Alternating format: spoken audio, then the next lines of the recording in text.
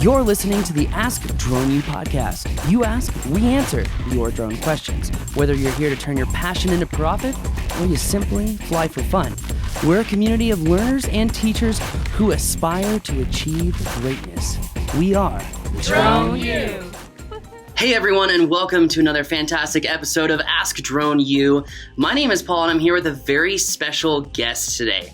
He is known for geospatial analytics. He is known for creating a company that provides data to solve problems that were once unknown. We're talking about Raptor Maps, and I am here with Nikhil Vadhadkar, and he is here to tell us all about Raptor Maps. Nikhil, welcome to the show, my friend.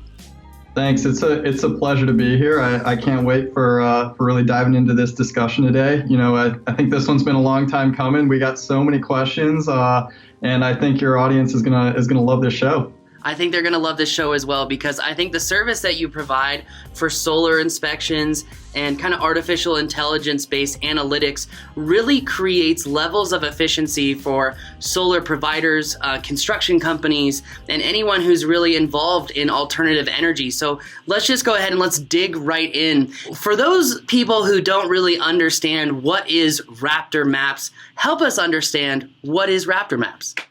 All right. So Raptor Maps, we are a software company, and what we do is we ingest geospatial data, remote sensing data, and that's more often than not drone data, and we actually map that to a digital model that we create. And so part of the software, basically takes in all of the construction drawings from a solar farm. We create a completely virtual model of that solar farm, and then we run analytics on the remote sensing data, the drone data, and then we use that data model to provide all types of outputs that are compatible with exactly what solar enterprise customers need.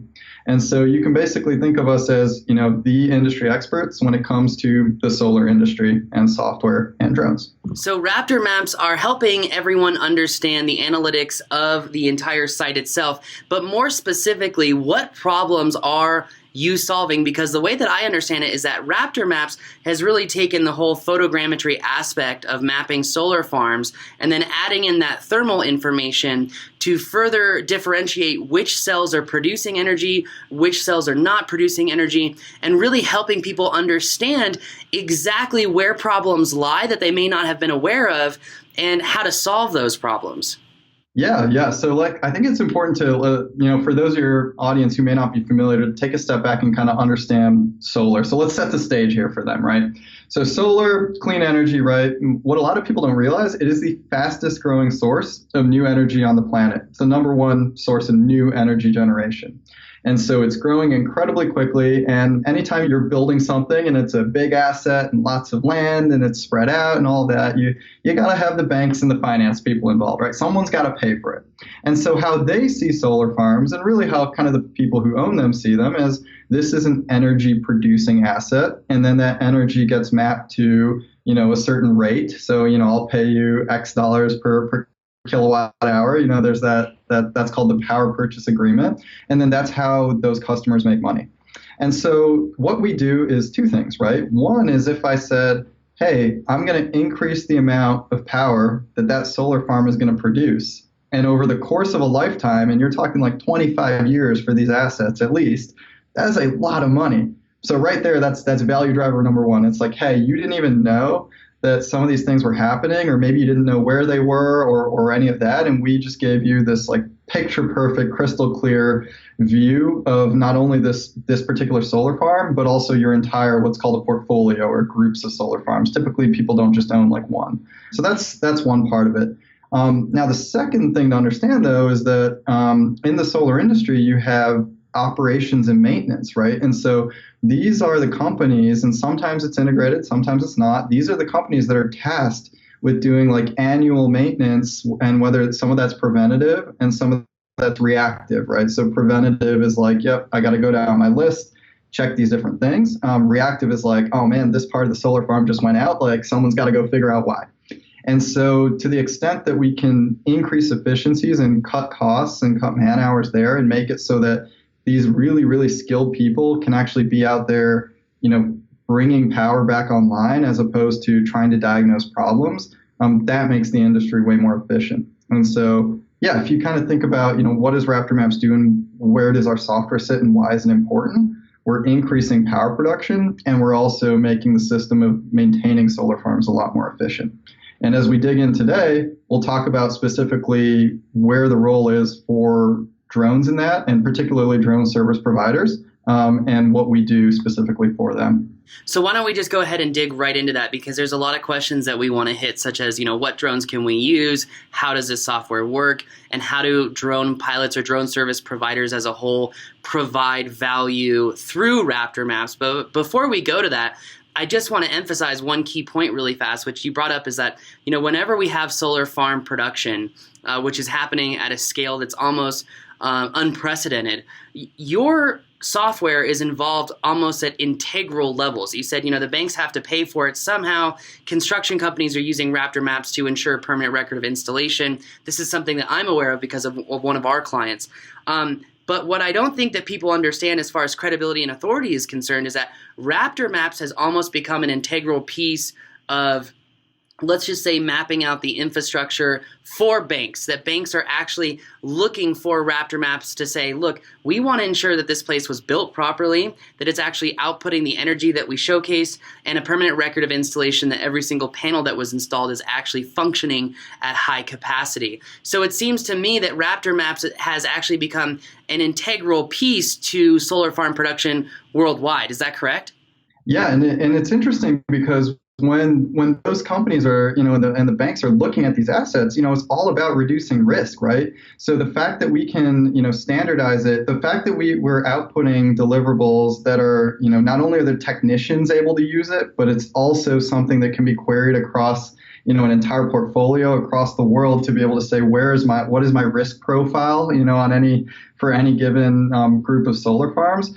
That's becoming incredibly important to the industry. And to your point, we get inquiries from financiers that say, hey, we know a lot of our data is actually running through you guys, and we are actively speccing in aerial inspection and particularly aerial thermography as part of our requirements, because for them, and of course yes, people like drone technology, but at the end of the day, like I said, it all comes down to money. It's a purely financial decision. And for them, what everyone is doing, what this community is doing is reducing risk and enabling them to deploy more capital, give out more loans so that they can continue to either buy up operating assets or fund new solar assets. So you're absolutely right. This is something that's becoming very integral to the industry, and we're really proud to be kind of sitting at the center of that. So let me ask you this. What opportunity do drone service providers have in kind of not attacking that niche, but leveraging that niche, that essentially now banks are aware that they need these analytics to solve problems that were once unforeseeable? So what opportunity lies for drone service providers to service and leverage that need? Yeah, no, that's a good point. So let's dive into that. And before I do that, I just kind of want to give your viewers and listeners a sense of where we're coming from. So, Raptor Maps, some quick stats, in the past 12 months, we have analyzed about 6,000 megawatts or 6 gigawatts. For context, that's about double the size of, if all of Manhattan were covered in solar panels, it's about double the size of Manhattan. So when we think about kind of scale and best practices and where Raptor Maps is coming from, that really is, that's our perspective there. So yeah, so diving into it, from the drone service standpoint, number one is collecting good standardized data. And so, what does that entail? Well, first and foremost, the types of data that are being collected are both thermal as well as high resolution color. And so if you think about it, thermography is able to detect, see the unseen, right? In solar, you've got this really interesting interplay of, the photons, are hitting the solar panel, that's getting converted into, energy, that's going into an inverter, DC to AC. So there are a lot of components, and there's a lot of essentially, heat transfer that is involved in actually thermal signatures that can show you whether things are operating efficiently or whether there might be an issue. And so, thermal is a really important part of it. And so drone service providers with thermal equipment are able to take advantage of the fact that thermography can reveal so much of what's going on a solar farm that, they can then capture the right data in order to get it processed and get it in the hands of their clients. So yeah, thermal data and color data capture, that's pretty much the biggest thing that a drone service provider can do, and do it really, really well. So as far as quantifying the opportunity for drone service providers, are you seeing more businesses that are bringing drones on, or do you think that there's a void that can be filled by more and more drone service providers offering these types of services? Because, I mean, you and I understand that like basic photogrammetry is not as basic as what people think it is. You have to have certain acquisition strategies for what I call EO, or electrical optical data. You call it color images. That definitely paints a much easier to understand picture. But some of these things are complex. So what type of opportunity do you see with Raptor Maps for drone service providers in, like, for example, what if a solar farm is already built, it's been out there for a while, is there a large opportunity for drone service providers to go out and scan these solar farms and provide data and provide a service? Absolutely. So one of the things to understand is that, you're, as a drone service provider, you're not adding to the cost, actually. You're reducing the cost. So, and what's happening is that there's very manual processes and manual electrical testing and all of that is required on these solar farms every single year. And so what you're doing is you're going in and saying, hey, not only am I doing this way more comprehensively and way more thoroughly and way quicker than you're used to, I'm going to both reduce your costs as well as increase your power output. And so that's the opportunity. And that happens every single year, and sometimes multiple times a year. So, if you're thinking of every time you drive by a solar farm, just realize that there are some pretty hard requirements of what someone has to do on that solar farm every single year. And that's just for preventative maintenance. Wow, that's awesome. All right, so let's get into the nitty gritty. If I'm a drone service provider or I'm an enterprise client and I want to utilize Raptor Maps for EO photogrammetry and thermal photogrammetry, what type of drone would I need in order to provide enough data for the thermography aspect of Raptor Maps to work? First off the bat, you got to have we think about the thermal camera because that's kind of the heart of it. So first and foremost, we recommend a thermal camera that's high resolution. So when I say that, we're talking around 640 by 512 pixels. It needs to be radiometric. So if you think about, Raptor Maps, an integral part of our software is, taking in that radiometric data and actually being able to run machine learning on that. And so anytime that you're taking a non-radiometric image, that's just an image, right? It's mapped to the thermal spectrum, but that's it. You can't adjust it. There's no actual raw temperature value in there or radiometric value in there. So radiometric is very important if you are serious about solar. The other thing that's important is just the lens itself. We like nice flat lens profiles, so if you really want to get into it, 13 millimeter is generally pretty good. And one of the things that we found is with drone service providers is, they just because you have the right equipment, you have to make sure you're out the right supply. So, if you have a radiometric thermal camera, make sure it's outputting RJPEGs. If you, make sure that, the GPS is tied to that metadata, make sure the gimbal information is in there. And we have checklists and a lot of information that we put out. We're very public about it. This is why people love working with us, whether it's internally, externally. We want this industry to succeed. If, we want to teach drone service providers everything that we know about how to capture that data because, you only really get one good bite at the apple with these solar customers, right? So you want to put your absolute best foot forward and give them deliverables that are going to knock it out of the park and be what they're expecting and better. So anyway, that's kind of, on the sensor side. The most common drone platforms that we see are obviously, the M200, M210, and the Inspire. People have a little bit of a older school setup, still a workhorse, nothing against it. We're just seeing a lot more of the M210s nowadays. I love that Inspire one, man. That's the original Ferrari. It's a good platform. Yeah, absolutely. So you're looking at, ZenMuse XT. Nowadays, we're seeing a lot more of the ZenMuse XT2. So that's become pretty common because you don't need two flights, you only need one, right? Because like I said, thermal is very important, but the color imagery is also very important. And we can talk about why that is. And then we're also seeing some customers using the SenseFly Duet. We've seen some experimental customers that are actually working with SenseFly that have tested that. And that looks like it's, I would say, looks like it's going to be a pretty good option for larger solar installations. So if you're looking at, 100 megawatts plus, it could be pretty good. So definitely not ruling SenseFly out. I think their new platform is going to be pretty good for utility scale solar.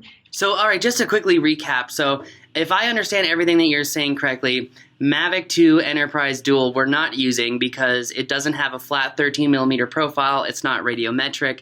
And there's a lot of data that's going to be missing on the back end of those files in order to work with your program. Is that right?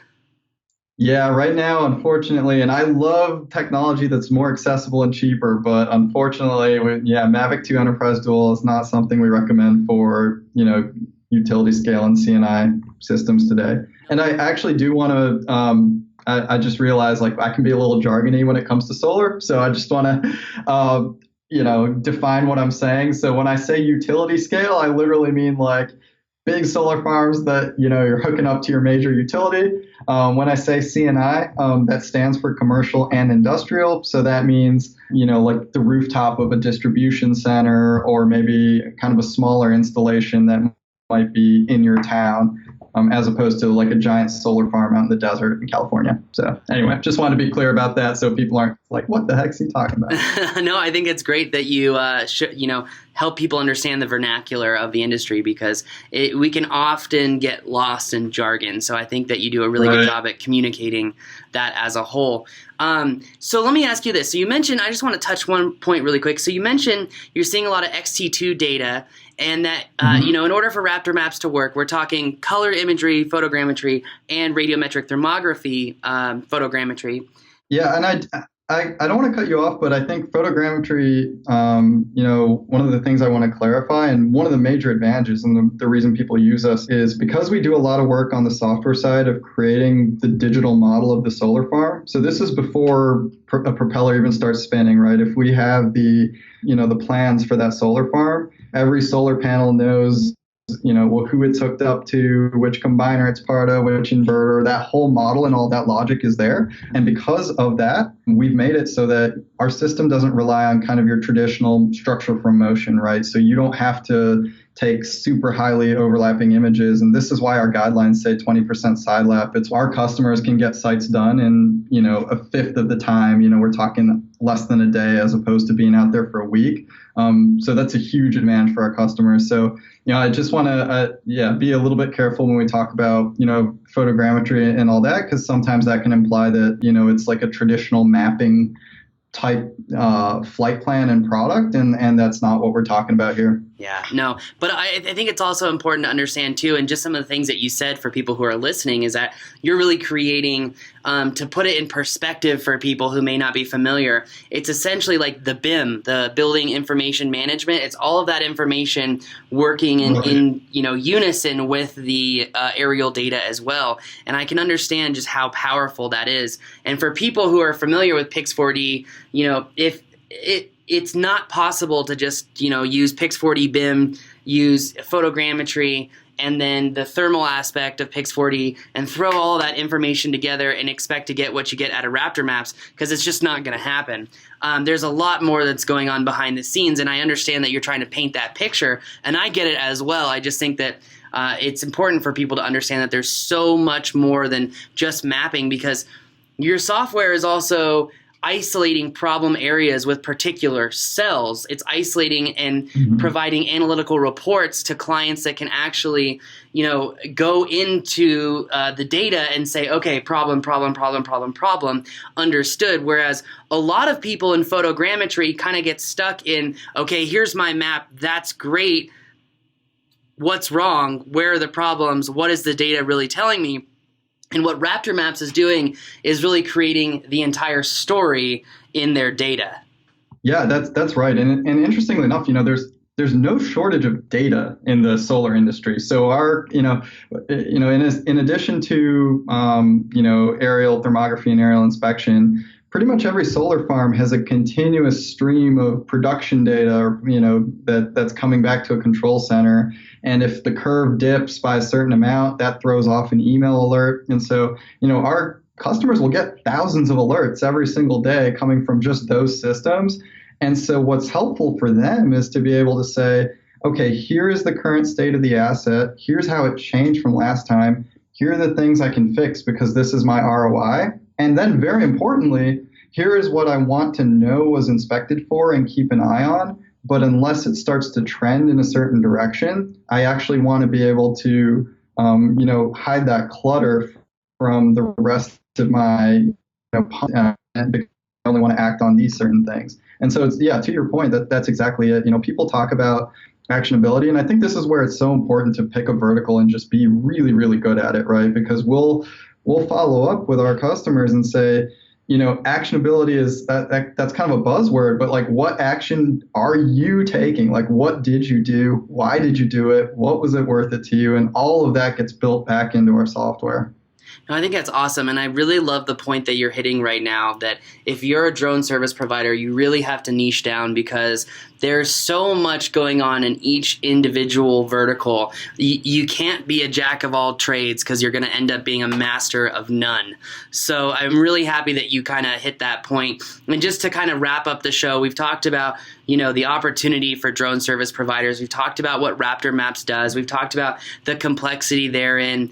I guess one of the last pieces that I really want to get to know is how do people interact with the output deliverables, because I think that that's a huge issue, again, for people in the traditional photogrammetry world, which I know doesn't really relate. It's kind of an apples to oranges relationship. So help us understand how, if I'm a drone service provider and I'm utilizing Raptor Maps, how is that data essentially communicated to clients? What type of access do you have to that data? Because, again, another big issue with other verticals. Yeah, that's a great question. And so, when we talk about, you kind of mentioned the BIM and the analytics and all that. So we put a lot of work into a really, really sophisticated queryable data model. And so because we have that on our interface, when our customers log in, they have access to everything from, here's like a nice shiny kind of automatically generated formatted report that you can put on the desk of kind of a very high level decision maker, all the way down to, okay, I've got my active solar farm and digital model where I can pull up the results and kind of see what's going on for myself and filter different defect categories. There are punch lists that they can export both as spreadsheets. So what they'll do is they'll export them, and then sometimes they'll put that right into their work order management system. They'll map that in. There are geospatial files like KML files and shape files, for example. So if you want it to be compatible with your mobile application or like your ArcGIS, something like that, JSON endpoints, a big part of it, right? And when we say enterprise is the enterprise compatibility, right? So we're talking APIs, we're talking machine readable analytics. And the reason that that's important is because our customers are doing this at scale. And so it's incredibly important to them that, yes, you may, if you're just getting into this industry as a proof of concept, you may only be doing maybe one or two sites for them. But it's important that they see that what you're delivering is going to scale across their entire organization and to their software systems. And so we do that right off the bat. So we don't kind of tier our deliverables based on that. We just say, hey, we know what the industry needs, and we're going to provide it, whether you're a drone service provider, whether you're an owner, whether you're operations and maintenance, we're going to provide you all of those different endpoints and then educate you on kind of which ones map to which workflows. And that's worked out incredibly well for both us and our customers. So really, Raptor Maps is really an end-to-end solution, and you're not afraid to educate people on why certain things are important. And I think that is really beneficial to the client, to the service provider, and everyone as a whole. So I think that that's really awesome. Nikhil, I just want to say thank you so much for coming on this show and really help aid in illustrating what Raptor Maps does, where the power is, the ability to scale it, what drones it works well with, and how it's really creating efficiencies of scale across the entire spectrum of a project with solar farms, from development to maintenance and life schedule as well. So I just want to say thank you very much. Yeah, absolutely. Happy to do it, and anything to grow out the industry. And if you're looking at getting into this, or you're interested, or you have a client you want to pilot this on, we engage with people in a lot of different ways. And drone service providers and people who fly drones are some of our best partners. And then oftentimes that can become a two-way street, because even our own customers who may have sometimes they'll have like an internal program, but then they'll say, hey, I've got all these sites on the other side of the country. Maybe I don't even want to fly someone out there. Hey, Raptor Maps, do you know people in that area who might be competent? And and then it's like, well, we've already been working with, I know this person lives right out there, and I know they can take good data. So yeah, let's link it up. So it's a great way to forge a partnership with us. So I appreciate the time, and I look forward to working with your viewer base and work with drones as well as we everyone in the future. Well, thank you, Nikhil. I appreciate that. If people wanted to find out more about you, where would you send them? Yeah, send them to our website, raptormaps.com. There's a lot of good stuff on there. Don't be afraid to click on the solutions. Some of the stuff will go, some of it's pretty high level, some of it goes in depth. I think if you're trying to put together a good case study and ROI, our global aerial thermography report is basically a benchmarking report of us querying our own database and saying, yep, here are all the different findings and the relative occurrences and the power production associated with that. I think that's a really good piece of collateral for drone service providers to read it, understand it, and then be able to in turn educate people in the solar industry that they might be interacting with. Oh, that's awesome. Again, thank you for coming on the show. Really do appreciate it. And for everyone out there listening, thank you for listening to the show. I highly recommend that you check out Raptor Maps and see if it's an industry vertical that if you're not already working in could be potentially useful to you. Or if you are exploring solar farm production or development, again, you've got to check out Raptor Maps. So Nikhil, again, thank you. Really appreciate it and look forward to having another meeting with you here soon. And for everyone watching the show, thank you again for your support. That's going to do it for us today. My name is Paul, and you're watching another episode of Ask Drone U.